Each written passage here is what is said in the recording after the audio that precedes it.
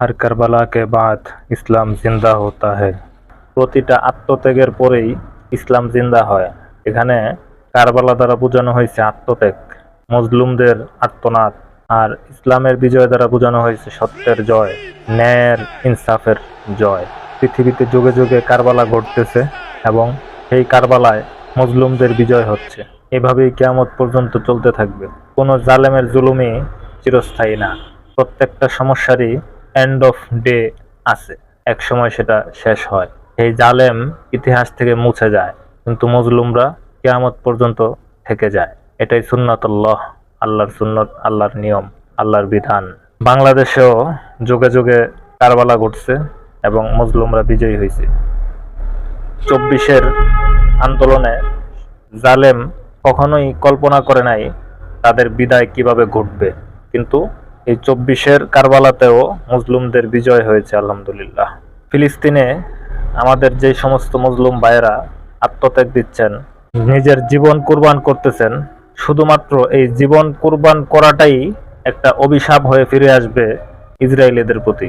তারা ভাবতেছে তারা খুব শক্তিশালী, অস্ত্র শস্ত্রে, ক্ষমতায়, অর্থে, বিত্তে, সব দিক দিয়ে তারা শক্তিশালী, এটা তারা ভাবতেছে এবং তারা মারতেছে মুসলিমদেরকে, নিরীহ মানুষদেরকে, সবাইকে তারা নির্মমভাবে হত্যা করতেছে।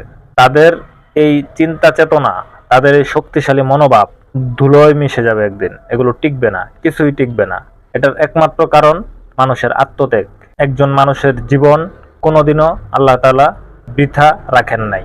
প্রত্যেকটা মানুষের মৃত্যুর জন্য তাদের জবাবদিহি করতে হবে।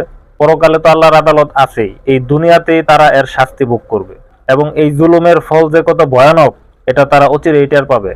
এবং পৃথিবীর দিকে দিকে এই জুলুমের বিরুদ্ধে আওয়াজ উঠতেছে। আপনি চিন্তা করেন, স্পেনের মতো একটা দেশে আন্দোলন হচ্ছে ইসরায়েলের বিরুদ্ধে, ফিলিস্তিনের পক্ষে। ইটালিতে আন্দোলন হচ্ছে, চায়নাতে, রাশিয়াতে, বসনিয়াতে, বাংলাদেশে, সারা বিশ্বব্যাপী, খুদ আমেরিকায় ইসরায়েলের বিরুদ্ধে আন্দোলন হচ্ছে।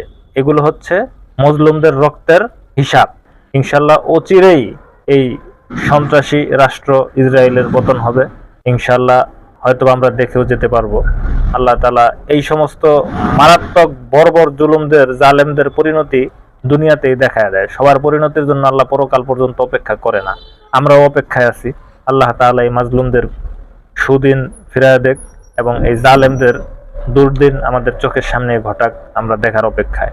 ফিলিস্তিন জিন্দাবাদ, ফিলিস্তিন জিন্দাবাদ। আসসালামু আলাইকুম ওয়া রাহমাতুল্লাহ।